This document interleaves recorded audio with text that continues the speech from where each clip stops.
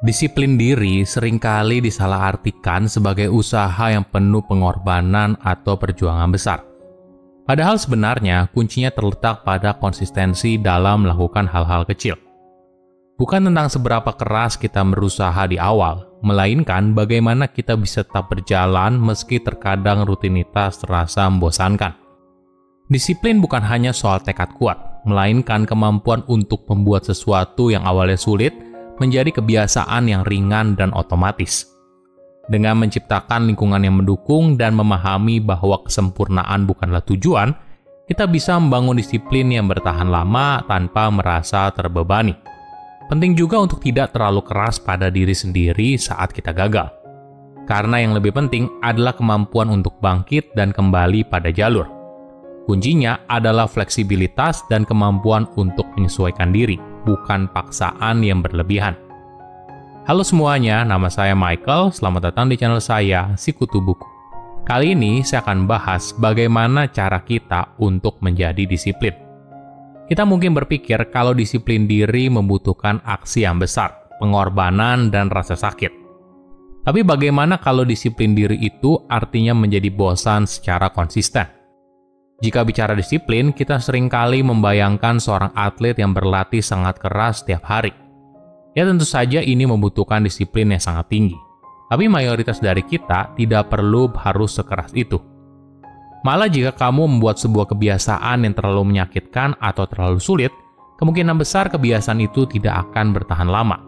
Karena energi yang dibutuhkan untuk mendorong kamu melakukannya begitu besar dan belum tentu imbalan yang kamu dapatkan itu sepadan. Apa tandanya sebuah disiplin diri berhasil? Mungkin tandanya ketika kita bisa mengerjakan sesuatu secara otomatis. Misalnya di jam sekian dan di hari sekian, kita pergi main bulu tangkis. Kegiatan ini menjadi bagian dari rutinitas harian dan pada akhirnya boleh dibilang sebuah aktivitas membosankan yang konsisten. Sebelum bicara lebih jauh, kita harus bedakan antara tekad atau kemauan keras dan disiplin diri sebagai dua hal yang berbeda. Maksudnya apa? Tekad adalah energi emosional jangka pendek yang kamu gunakan untuk mencapai sesuatu yang sulit, tidak menyenangkan, baru, menantang, dan sebagainya. Misalnya kamu memulai untuk olahraga di gym atau memulai lari pagi. Hari pertama tentu saja hari yang paling berat dan kamu butuh tekad untuk memaksa dirimu pergi ke tempat gym. Jadi tekad adalah energi yang kamu gunakan untuk memaksa dirimu melakukan sesuatu yang tidak kamu inginkan, atau menciptakan sebuah momentum yang awalnya tidak ada. Tapi perlu dipahami, tekad itu adalah energi yang terbatas dan sangat berguna sekali ketika kamu memulai sesuatu yang baru. Kamu pasti pernah mengalami hal ini. Kamu mulai kebiasaan baru dengan semangat, tapi 5 hari kemudian kamu berhenti. Kamu tidak punya energi untuk melakukan itu lagi. Lalu kamu kembali pada kebiasaan lamamu lagi. Untuk konsisten, kamu tidak bisa bergantung pada tekad. Di sisi lain, disiplin diri menggunakan pendekatan yang berbeda. Disiplin diri mendorong kita untuk mencari cara bagaimana mengerjakan sesuatu dengan lebih mudah, lebih seru, dan menciptakan sebuah lingkungan di mana perubahan tidak bisa dielakkan. Jadi ketika kamu melakukan sebuah rutinitas tapi terasa berat, nah mungkin saja ada yang salah. Misalnya begini, kamu sedang berkomitmen untuk mengubah pola hidup menjadi lebih sehat. Jika kamu hanya mengandalkan tekad, maka kamu tetap menyetok es krim, makanan siap saji, dan sebagainya di lemari es kamu. Kamu menguatkan dirimu untuk tidak makan makanan tersebut setiap hari. Tapi ketika kamu menggunakan disiplin diri, maka kamu tidak membeli makanan itu dari awal. Kamu hanya menyetok buah dan sayuran, lalu daging untuk kamu masak. Karena ketika tidak ada godaan tersebut di awal, maka kamu tidak butuh tekad kan untuk menahan diri. Jadi perlu kita sadari, ketika menggunakan tekad, maka gunakan ini hanya sesekali saja, bukan setiap saat. Ada lagi perspektif yang menarik. Misalnya kamu ingin mulai berolahraga rutin, apa yang kamu lakukan? Cara mudahnya, kamu pergi ke tempat gym, lalu membayar membership-nya. Misalnya selama 3 bulan, lalu juga membeli sesi dengan personal trainer. Kamu lalu berkomitmen untuk pergi ke tempat gym 3 kali seminggu. Apakah cara ini berhasil? Mungkin bagi beberapa orang. Mayoritas mungkin tidak bisa melakukan ini secara konsisten. Jadi nggak heran kita sering mendengar ungkapan seseorang menjadi donatur di tempat gym. Mereka membayar biaya membership tapi jarang sekali datang ke tempat gym. Bagaimana bila kita mengambil pendekatan yang berbeda? Alih-alih langsung membeli membership gym, coba cari tahu dulu apa sih olahraga yang kamu sukai. Coba dulu saja dari trial beberapa kelas olahraga. Kau bisa ikut yoga, pilates, tenis, bulu tangkis, dan sebagainya.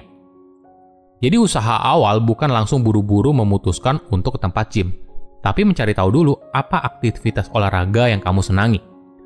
Apa tujuan kecil yang secara realistis bisa saya raih?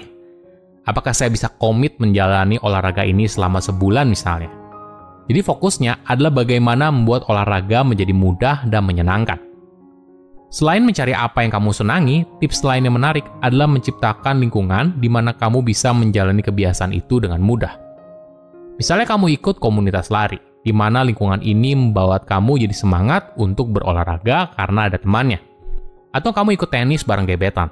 Nah, cara-cara ini bisa membantu untuk menciptakan kebiasaan yang kamu inginkan. Namun perlu diingat, disiplin diri itu nggak mudah dan akan lebih sulit lagi apabila kita melekatkannya pada penghakiman moral. Misalnya, kamu menyalahkan dirimu terus-menerus ketika kamu bolos olahraga hari ini. Kamu menganggap dirimu malas. Apalagi jika sebelumnya kamu baru makan gorengan dan es krim, kamu merasa gagal. Ini adalah situasi yang berbahaya. Padahal kita semua tidak sempurna. Ada kalanya kita lagi males olahraga. Ada kalanya kita ingin cheat day dan makan sebebas-bebasnya. Namun hal ini tidak membuat kita jadi pribadi yang buruk. Tapi ini adalah tindakan yang manusiawi.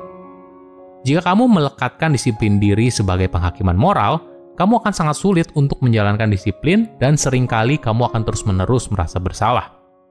Tapi di sisi lain, jika kita terlalu mudah memberikan justifikasi, bisa saja kita jadi tidak disiplin.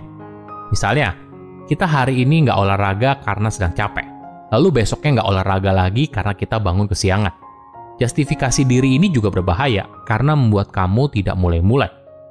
Intinya, kita harus menemukan keseimbangan antara penghakiman diri dan pemaafan diri. Mungkin kita perlu belajar kalau disiplin diri bukan soal menjadi sempurna. Bukan artinya ketika kita bicara disiplin, kita menjalankan semua program tanpa celah. Kita adalah manusia biasa dan bukan robot. Sangat kecil sekali jumlah orang yang bisa menjalankan sebuah rutinitas yang kuat dalam waktu yang lama. Entah mereka punya tekad yang sangat kuat atau imbalan yang didapatkan sangat besar hingga mereka rela menjalaninya dengan gaya yang ekstrim. Tapi bagi mayoritas orang, bagaimana bila kita melihat disiplin diri sebagai bentuk koreksi diri? Jadi ada kalanya kita tidak menjalankan sebuah kebiasaan dengan berjuta alasan. Tapi kita gunakan momentum itu untuk melakukan koreksi diri. Mengakui kalau apa yang dilakukan itu salah dan berusaha untuk tidak mengulanginya lagi di masa depan, atau jika sangat sulit maka kita berusaha untuk menguranginya. Jadi ketika kamu tidak menjalankan sebuah kebiasaan, bukan artinya kamu adalah orang yang sangat buruk. Artinya, kamu hanyalah manusia biasa yang kadang bisa salah. Silahkan komen di kolom komentar pelajaran apa yang kalian dapat ketika tahu informasi ini. Selain itu, komen juga mau tahu informasi apa lagi yang saya review di video berikutnya.